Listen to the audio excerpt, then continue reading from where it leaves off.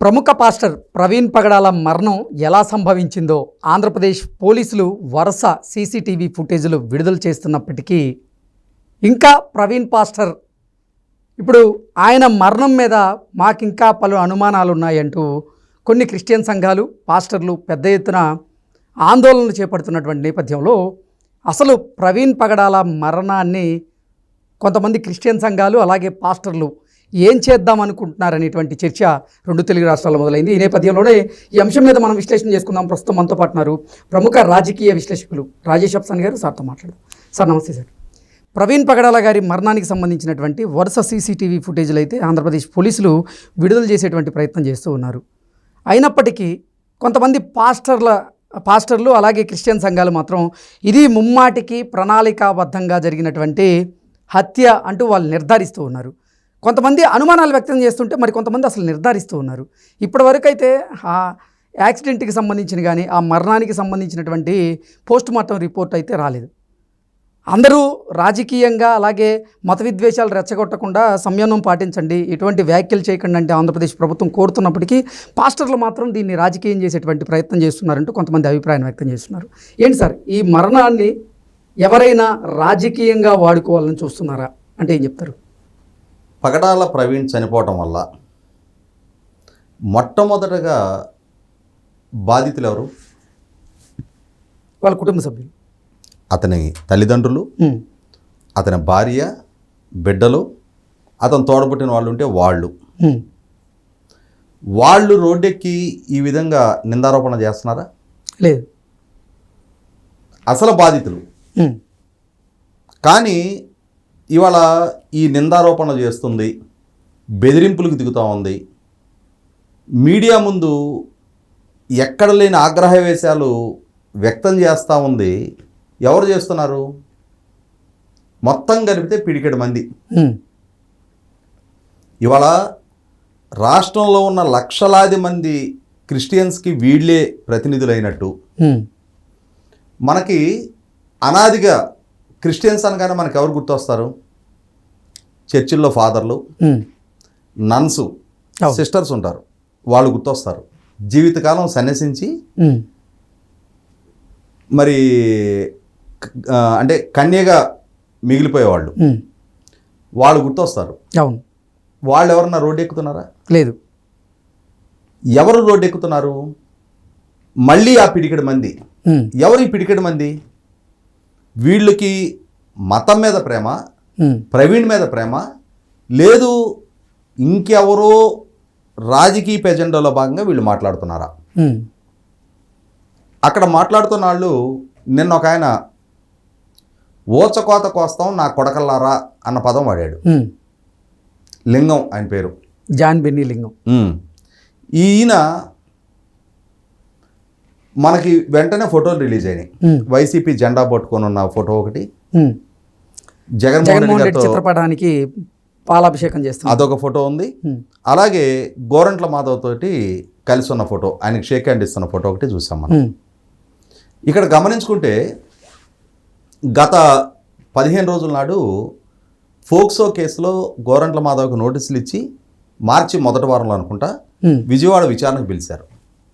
ఆ నోటీసులు ఇవ్వడానికి విజయవాడ నుంచి పోలీసులు వెళ్ళిన సందర్భంగా పెట్టిన ప్రెస్ మీట్లో గోరంట్ల మాధవ్ ఒక వ్యాఖ్య చేశాడు. మా మీద కేసులు నమోదు చేస్తే, మమ్మల్ని ఇబ్బంది పెట్టే ప్రయత్నం చేస్తే అంతర్యుద్ధానికి దారితీస్తుంది అన్నాడు. ఇవాళ వరుసపెట్టి వైసీపీ నాయకులు చేసిన అవినీతి మీద, అక్రమాల మీద కేసులు నమోదవుతూ ఉన్నాయి. అవును. న్యాయస్థానాల్లో రోజువారీ ప్రాతిపదిక మీద విచారణ జరుగుతూ ఉన్నాయి. మరి అటువంటి అంతర్యుద్ధాన్ని సృష్టించే కుట్రకోణం ఏమైనా దాగుందా? అంటే దానికి సాధనంగా ఈ ప్రవీణ్ మరణాన్ని వాడుకుంటున్నారా? మనకి ఏదైనా ఒక సంఘటన జరిగినప్పుడు సర్కమ్స్టాన్షియల్ ఎవిడెన్సెస్ అంటారు.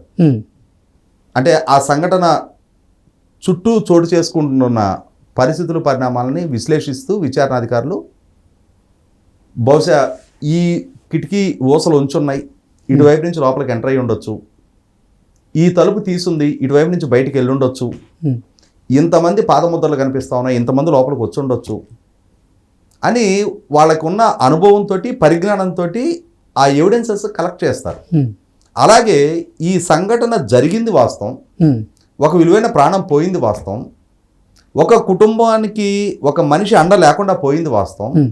అలాగే అతను మత ప్రబోధకుడు కాబట్టి బోధకుడు కాబట్టి అతని బోధనల పట్ల విశ్వాసం ప్రకటించి అతను అనుసరించే కొంతమంది అయినా సరే, ఎంతో కొంతమంది అతను అనుసరించే వాళ్ళు ఉంటారు.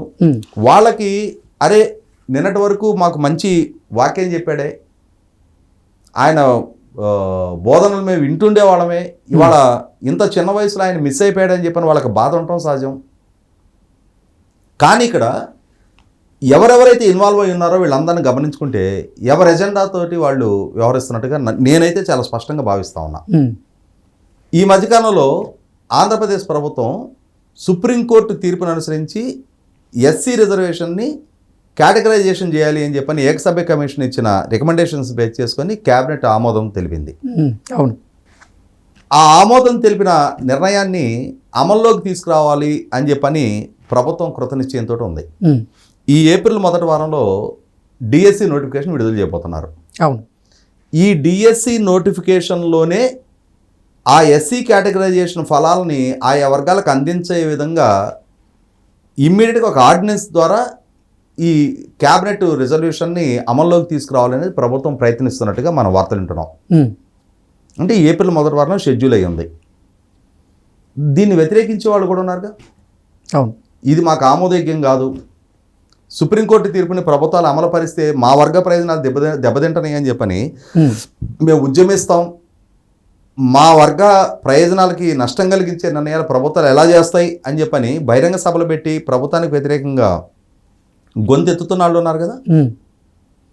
మరి ప్రభుత్వం ఈ నిర్ణయం వెలువరిస్తున్న సందర్భంలో ఆ నినాదం ఇటు సుప్రీంకోర్టు తీర్పు దృష్ట్యా ప్రభుత్వాలు ఏకసభ్య కమిషన్ నియమించి క్యాబినెట్ ఆమోదం తెలిపేసి ఆర్డినెన్స్ ద్వారా అమల్లోకి తీసుకొచ్చేస్తున్న సందర్భంగా దాన్ని అడ్డుకోలేని స్థితిలో ఎలా అయినా అడ్డుకోవాలి అని అంటే రాష్ట్ర ప్రభుత్వ దృష్టి మళ్లించాలి. ఏదో ఒక అశాంతో అలజడో శాంతి భద్రతల సమస్య ఘర్షణపూరిత వాతావరణము ఏదో ఒకటి సృష్టింపబడితే అప్పుడు కొన్నాళ్ళైనా ప్రభుత్వం ఒక అడుగు వెనకడిగేసి ఇంత వేగంగా నిర్ణయం అమలుపరచదేమో అని చెప్పని ఎజెండాతోటి పనిచేసే వాళ్ళు ఉన్నారు. మనకి హర్ష్ కుమార్ గారు ఉన్నాడు. సరే, ఆయన ఈ కేటగరైజేషన్ పట్ల తీవ్ర వ్యతిరేకత వ్యక్తం చేస్తూ బహిరంగ సభలు పెట్టాడు. అవును. దానికి పెద్ద రెస్పాన్స్ రాలా. అయినా సరే ఆయన నేను పోరాటం చేస్తానంటున్నాడు. ఇప్పుడు ఆయనకి ప్రవీణ్ ఎవరో తెలియదు, ఆయనే చెప్పాడు నాకు అంతకుముందు అతను ఎవరో తెలియదు, తర్వాత ఈ సంఘటన జరిగిన తర్వాత తెలుసుకున్నా, రాజమండ్రిలో స్థలం కొనుక్కున్నాడంట, ఇక్కడ బంధువులు ఉన్నారంట, వచ్చి వెళ్తుంటాడంట ఇక్కడికి. ఆయన వీడియోలు కూడా చూసా, మంచి ఇంటలెక్చువల్ అని చెప్పని ఆయన చెప్తున్న వీడియో నేను విన్నా. అంటే ప్రవీణ్ గురించి అతనికి అవగాహన లేదు, ఇతను ఎవరో కూడా తెలియదు. కానీ ఇవాళ నేను ఇందాక ప్రస్తావించిన అసలు శిశుల బాధితులైన కుటుంబ సభ్యుల కన్నా కూడా ఈయన ఎక్కువగా భుజాన్ని వేసుకొని రచ్చ చేస్తూ ఉన్నాడు. నా ఉద్దేశం అయితే అసలు శిశులో ఆయన ఎజెండా సార్ ఈ ఎస్సీ కేటగరైజేషన్ది, అంతేగాని ప్రవీణ్ కోసం కాదు. ప్రవీణ్ అనేది ఒక సాధనం. ఓకే, అంటే ఎవరి ఎజెండాలు వాళ్ళకు ఉన్నాయి.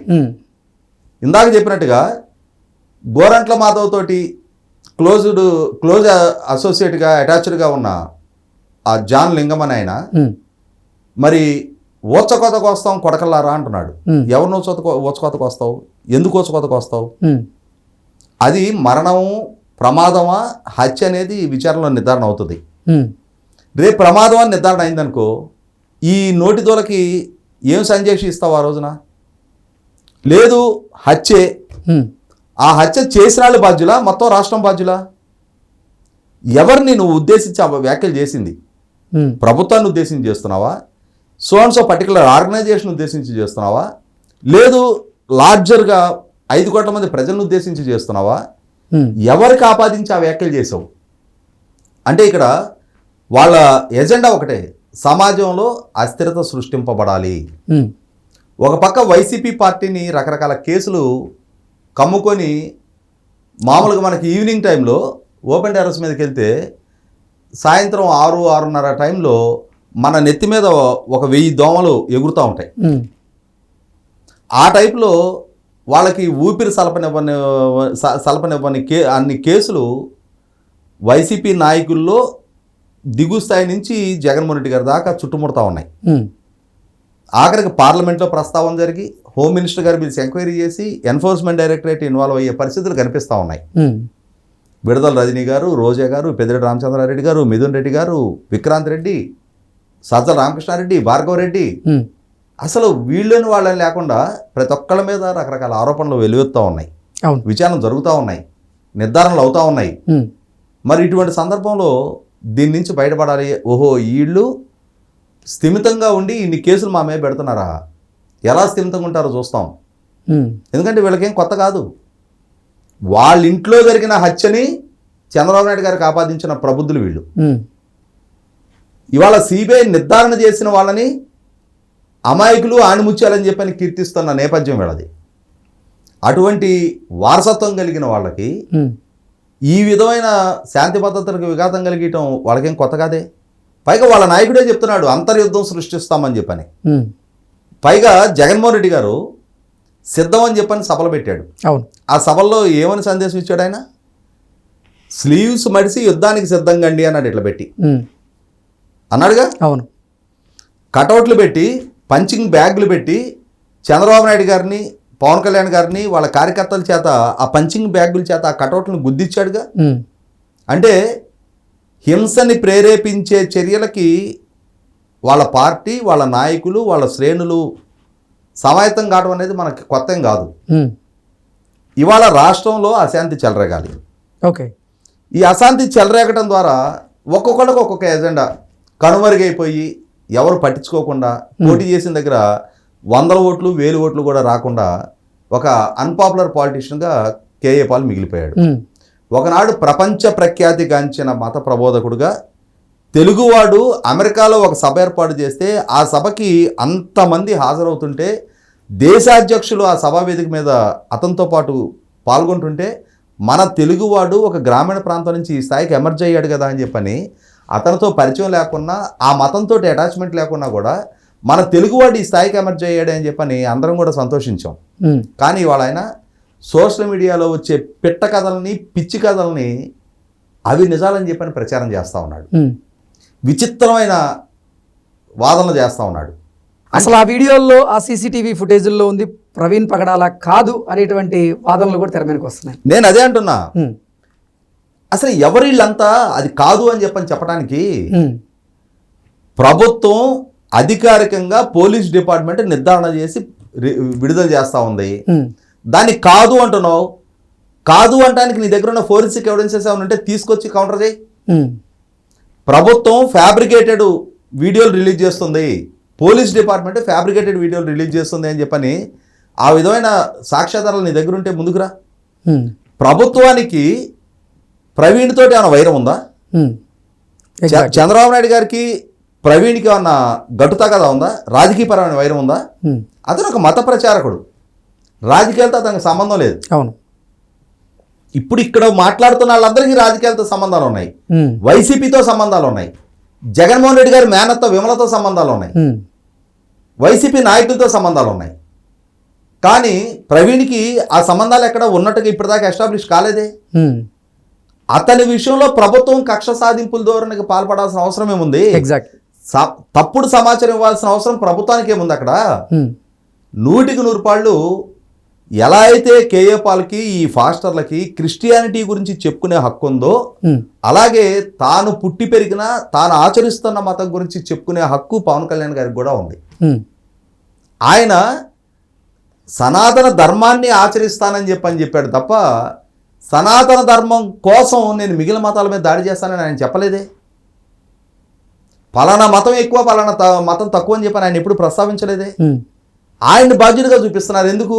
ఆయన ఈ మధ్యకాలంలో కొంచెం రిలీజియస్గా, కొంచెం దీక్షలు వీటిలో ఉంటున్నాడు కాబట్టి అని చెప్పని. అంటే ఆధ్యాత్మిక చింతనతో ఉండటం నేరం కాదే. మీరు ప్రచారం చేస్తున్నారు, ప్రచారం చేసే హక్కు రాజ్యాంగం మీకు కల్పించింది. అలాగే ఆధ్యాత్మిక చింతనతో బతికే హక్కు ఆయనకు కూడా కల్పించింది అదే రాజ్యాంగం. ఎవరికి నచ్చిన మతాన్ని వాళ్ళు ఆచరించవచ్చు, ఎవరికి నచ్చిన మతాన్ని వాళ్ళు ప్రచారం చేసుకోవచ్చు, ప్రొవైడెడ్ ఇంకొక మతాన్ని కించపరుస్తూ కాదు. ఇంకొక మతాన్ని అంటే అవమానపరిచే వ్యాఖ్యలు చేస్తూ కాదు, అలా చేయటం నేరం. మీరు చేస్తున్నది రెండో కోపం వస్తుంది. అలాగే జగన్మోహన్ రెడ్డి గారు మేనత్త విమల గారు వాళ్ళ సొంత అన్నని నరికి చంపితే, అయ్యో నా అన్నని చంపారే, ఆ అన్న హత్యకి బాధ్యులెవరో నిర్ధారణ చేయండి, నా అన్న చావుకి న్యాయం చేయండి అని చెప్పి ఈ రోజు దాకా ఎప్పుడు ఎక్కడా మాట్లాడాల. అలా గొంతెత్తి పోరాటం చేస్తున్న అన్న కూతుర్ని నిందిస్తూ ప్రెస్ మీట్లు పెట్టింది. సిబిఐ ద్వారా సూత్రధారులు ఎవరు అనేది నిర్ధారణ అయిన వాళ్ళని అమాయకులు ఆణిముచ్చాలని చెప్పని మీడియాలో చెప్పింది. అవును, తన అన్న కొడుక్కి ఆయన మీద ఎన్ని కేసులున్నా, ఎన్ని అవినీతి ఆరోపణలున్నా, ఎంత అరాచకవాదం చెప్పని ప్రజల్లో చర్చనీయాంశంగా మారుతున్నా ఆయనకు ఓట్లేమని చెప్పని శ్రీకాకుళం నుంచి అనంతపురం దాకా తిరిగింది ఆమె. అంటే ఆమెకి స్పిరిచువాలిటీ పట్ల విశ్వాసం ఉండుంటే, నీతి నిజాయితీల పట్ల కానీ ఆమెకి పట్టింపు ఉండున్నట్టయితే మరి జగన్మోహన్ రెడ్డి గారి మీద ఇన్ని వేల కోట్ల రూపాయల అక్రమాస్తులకు సంబంధించిన ఆరోపణల కేసులు నమోదై ఉన్నప్పుడు, విచారణ సంస్థలు నిగ్గుదేసి ఛార్జ్షీట్ ఫైల్ చేసి ఉన్నప్పుడు క్రిస్టియానిటీ అదే బోధించిందా? ఈ విధంగా అక్రమాస్తులు పోగు చేసుకోమని చెప్పని బోధించిందా? కుటుంబ సభ్యులు హత్య గావింపబడితే హత్య చేసిన వ్యక్తులు, చేయించిన వ్యక్తులు అని చెప్పని నిర్ధారణ చేసిన వ్యక్తులకు మద్దతుగా అండగా నిలబడమని చెప్పని క్రిస్టియానిటీ చెప్పిందా? కానీ ఏం చెప్తుంది? కాబట్టి వీళ్ళు ఎవ్వరూ ట్రూ క్రిస్టియన్స్ కాదు, ట్రూ బిలీవర్స్ కాదు. 100% పౌర సమాజం కూడా వీళ్ళ వ్యవహార శైలి పట్ల ఒక స్పష్టత ఉంది కాబట్టి ఎన్నికలలో ఓట్ల ద్వారా వీళ్ళని ఎక్కడ కూర్చోబెట్టాలో అక్కడ కూర్చోబెట్టారు. దాన్ని డైజెస్ట్ చేసుకోలేక ఈ ప్రభుత్వం పీస్ఫుల్గా వాళ్ళ పరిపాలన కొనసాగిస్తున్న నేపథ్యంలో అభివృద్ధిని, సంక్షేమాన్ని సమపాళల్లో సమన్వయం చేసుకుంటూ ప్రజలకు అందిస్తున్న నేపథ్యంలో ఎలా అయినా సరే ఈ ప్రభుత్వాన్ని అస్థిరపాలు చేయాలని చెప్పిన ఒక లక్ష్యంతో, ఒక హిడెన్ ఎజెండా తోటి ఈ ప్రవీణ్ మరణాన్ని అడ్డు పెట్టుకొని ఒక రాజకీయపు క్రీడ ఆడుతున్నట్టుగా, వీళ్ళ క్రూరత్వానికి పరాకాష్ఠగానే ఈ అంశాన్ని హ్యాండిల్ చేస్తున్నట్టుగా అర్థమవుతా ఉంది. కాబట్టి వాళ్ళ కేంద్ర ఇంటెలిజెన్స్ దగ్గర నుంచి రాష్ట్ర ప్రభుత్వ ఇంటెలిజెన్స్ వరకు ఎవరెవరు ఎప్పుడెప్పుడు ఎక్కడెక్కడ ఎవరితో కలుస్తూ ఉన్నారు, ఎవరెవరు ఆదేశాలను పాటిస్తూ ఉన్నారు అనేది సాంకేతిక పరిజ్ఞానాన్ని ఉపయోగించైనా సరే, అవసరమైతే ఒక 10 మంది ఫోన్లు ట్యాప్ చేసైనా సరే ప్రభుత్వానికి ఆ హక్కు ఉంది. సమస్య అంటే ఉద్రిక్తంగా మారుతూ ఉన్నప్పుడు దానికి బాధ్యులు అని అనుమానంగా ఉన్న వాళ్ళ ఫోన్లు ట్యాపింగ్ చేసే అధికారం పోలీస్ డిపార్ట్మెంట్కి ఉంది. అలా చేసైనా సరే అసలు నిజాలు ఏంటనేది నిగ్గుదేల్చాలి. అసలు కుట్రదారులు ఎవరు, సూత్రధారులు ఎవరు అనేది నిగ్గుదేల్చాలి. సమాజంలో ప్రజల ప్రశాంత జీవనానికి భంగం కలిగించాలి అని చెప్పని ఆలోచన చేసే దుర్మార్గులు ఎవరైనా సరే చట్టం ముందు దోషులుగా ఎస్టాబ్లిష్ చేయాల్సిందే. ఇవాళ ఎవరినో ఓచకోతకు వస్తామని చెప్పని హీరోయిజాన్ని బజార్లో ప్రదర్శించాలని చెప్పని అత్యుత్సాహ ప్రదర్శన చేస్తున్న ఎవరినైనా సరే ఎవరిని ఓచకోతకు వస్తావు రమ్మని చెప్పని పోలీసులు తీసుకెళ్లి స్టేషన్లో కూర్చోబెట్టాలి, కేసులు నమోదు చేయాలి. చట్టం అంటే మొట్టమొదటి భయం కలిగించాలి. ఎందుకంటే సహజంగా చట్టం అంటే భక్తి ఉంటే ఇటువంటి చర్యలకు పాల్పడరు. భక్తి లేనప్పుడు చట్టం అంటే భయమైనా కలిగించాలి. లేదంటే అటు భక్తి ఇటు భయం కానీ బరితెగింపు సమాజంలో పెరిగిపోద్ది. ఎప్పుడైనా సరే చట్టం అంటే బరితెగింపుతనం సమాజంలోకి పెరిగితే వ్యవస్థలు కొప్పుకోవడానికి దారితీస్తుంది. ఆ రోజు ప్రజాస్వామ్యం కూడా మనుగడ సాగించదు. Okay sir, thank you so much.